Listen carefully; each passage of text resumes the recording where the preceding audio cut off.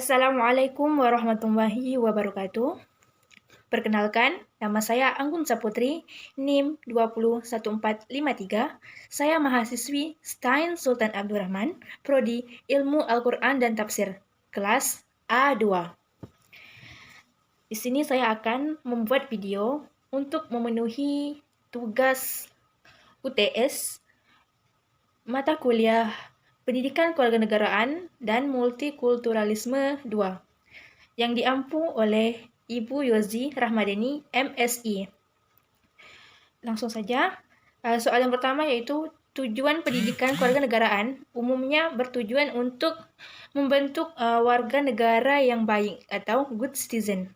Jelaskan apa sajakah kriteria good citizen itu? Good citizen adalah menjadi warga negara yang baik. Dan kriterianya yang pertama yaitu aktif. Kita untuk menjalankan suatu pemerintahan yang baik tentunya dibutuhkan suatu masyarakat yang aktif. Aktif itu contohnya seperti mengikuti pemilu dan tidak golput. Selanjutnya, be kooperatif. Maksud dari be kooperatif ini adalah masyarakat juga harus mendukung program-program pemerintahan dalam menciptakan negara, seperti melaporkan jika ada kasus kejahatan. Selanjutnya, yaitu self-control. Untuk menjadi masyarakat yang baik, tentunya kita harus dapat mengendalikan diri sendiri. Masyarakat yang baik adalah apabila masyarakat itu tahu apa posisinya dan melakukan hal-hal yang seharusnya. Selanjutnya, obey the laws, yaitu patuhi peraturan-peraturan yang ditetapkan oleh pemerintah, karena jika kita berada di suatu wilayah, tentunya kita harus mengikuti dan menjalankan peraturan-peraturan yang ada. Selanjutnya, love country. Maksudnya adalah mencintai negeri atau nasionalisme. Kita harus memupuk rasa nasionalisme kita terhadap negara.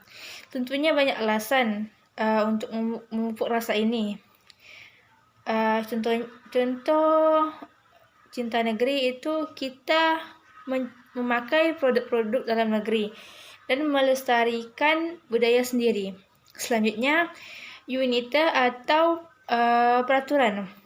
Kita sebagai satu bangsa, satu negeri, dan satu tanah air merupakan satu keluarga. Kita seharusnya selalu membangun rasa persatuan dan kesatuan untuk melindungi negara kita dari ancaman dari luar maupun dari dalam. Selanjutnya yaitu truthful and trustworthy, yang artinya jujur dan dapat dipercaya. Tindakan yang jujur dan tidak menipu sehingga kita dapat saling percaya satu sama lain dan orang-orang di sekeliling kita pun percaya kepada kita. Selanjutnya yaitu express opinion. Express opinion, kita harus bisa mengekspresikan dan menyalurkan pendapat kita, karena kita memerlukan masukan atau pendapat dari orang lain agar kita lebih berkembang dan lebih maju daripada sebelumnya. Selanjutnya yaitu love other, yang artinya mengasihi sesama. Jika kita saling mengasihi satu sama lain, maka perdamaian, keamanan, dan kesejahteraan akan dapat dicapai bersama-sama. Untuk soal yang kedua yaitu jelaskan apa yang menjadi ciri atau karakteristik yang membedakan negara Indonesia dibanding dengan negara lain. Ciri atau karakteristik itu merupakan identitas negara kita atau yang menjadi pembeda antara negara kita dengan negara lain. Contohnya yaitu dalam bentuk yaitu yang pertama, kita memiliki dasar negara yaitu Pancasila, dan kita memiliki lambang negara yaitu Garuda Pancasila. Kita memiliki semboyan yaitu Bhinneka Tunggal Ika, yang artinya berbeda-beda tapi tetap satu. Kita memiliki bendera negara yaitu Sang Merah Putih. Dan kita memiliki lagu kebangsaan yaitu lagu Indonesia Raya. Dasar falsafah negara kita yaitu Pancasila dan konstitusi negara kita yaitu Undang-Undang Dasar 1945. Selain itu, kita memiliki beragam budaya dan suku bangsa. Soal selanjutnya yang nomor 3 yaitu sebutkan dan jelaskan 5 jenis integritas dan berikan contohnya. 5 jenis integritas yang pertama itu ada integritas bangsa. Integritas bangsa itu penyatuan sosial dan budaya yang mempresentasikan identitas nasional. Sebagai contoh, batik adalah budaya tak benda yang menjadi identitas bangsa kita.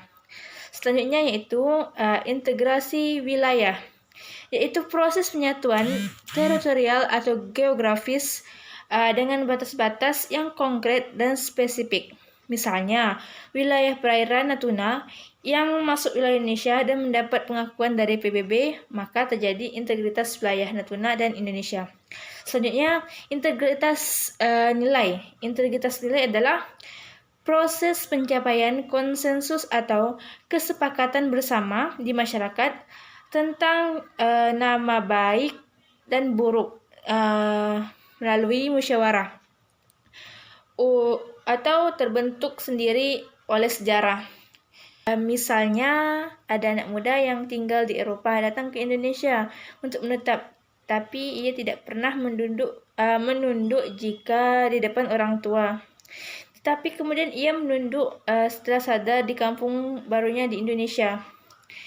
Menunduk itu adalah suatu kebaikan. Ia mengintegritaskan dirinya dengan nilai yang sudah ada dan disepakati di tempat tinggalnya. Selanjutnya, integritas elit massa, yaitu kesepakatan kepentingan antara pemerintah dan rakyat. Contohnya adalah pejabat publik diminta mundur oleh masyarakat yang mundur, maka terjadi integritas elit massa, di mana kepentingan elit terintegrasi dengan kepentingan massa. Dan lagi aspirasi politik masyarakat untuk menurunkan harga minyak, misalnya menuntut upaya pemerintahan untuk mengakomodasikan sehingga tercipta integritas kepentingan pemerintahan rakyat. Selanjutnya, integritas tingkah laku, yaitu perilaku sosial yang dilakukan dengan pertimbangan agar diterima oleh masyarakat. Misalnya kita hidup di negara yang warganya tidak bisa mengantri. Tiba-tiba datang ke negeri orang lain, kita ngantri. Selanjutnya, soal yang keempat yaitu jelaskan mengapa diperlukan konstitusi dalam kehidupan berbangsa negara Indonesia. Konstitusi dalam suatu negara itu sangat penting, karena adanya suatu negara itu harus ada aturan, dan aturan itu adalah sebuah konstitusi.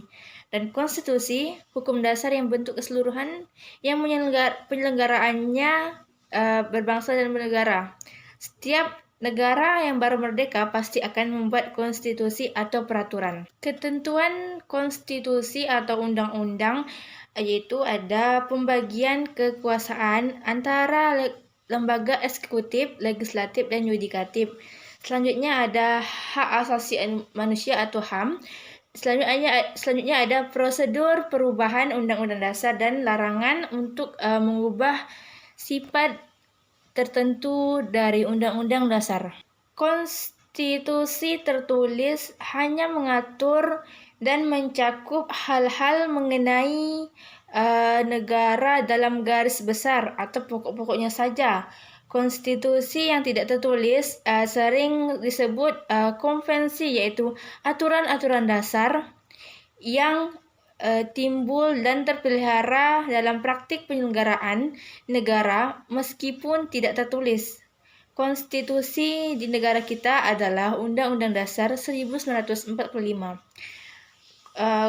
Pentingnya konstitusi itu adalah konsekuensi logis dari kenyataan bahwa tanpa konstitusi negara tidak akan mungkin terbentuk. Maka konstitusi menempati posisi yang sangat krusial dalam kehidupan ketatanegaraan suatu negara. Konstitusi memiliki kedudukan sebagai hukum dasar dan hukum tertinggi. Itulah tadi jawaban dari saya. Saya mohon maaf apabila ada kesalahan. Saya akhiri dengan Assalamualaikum warahmatullahi wabarakatuh.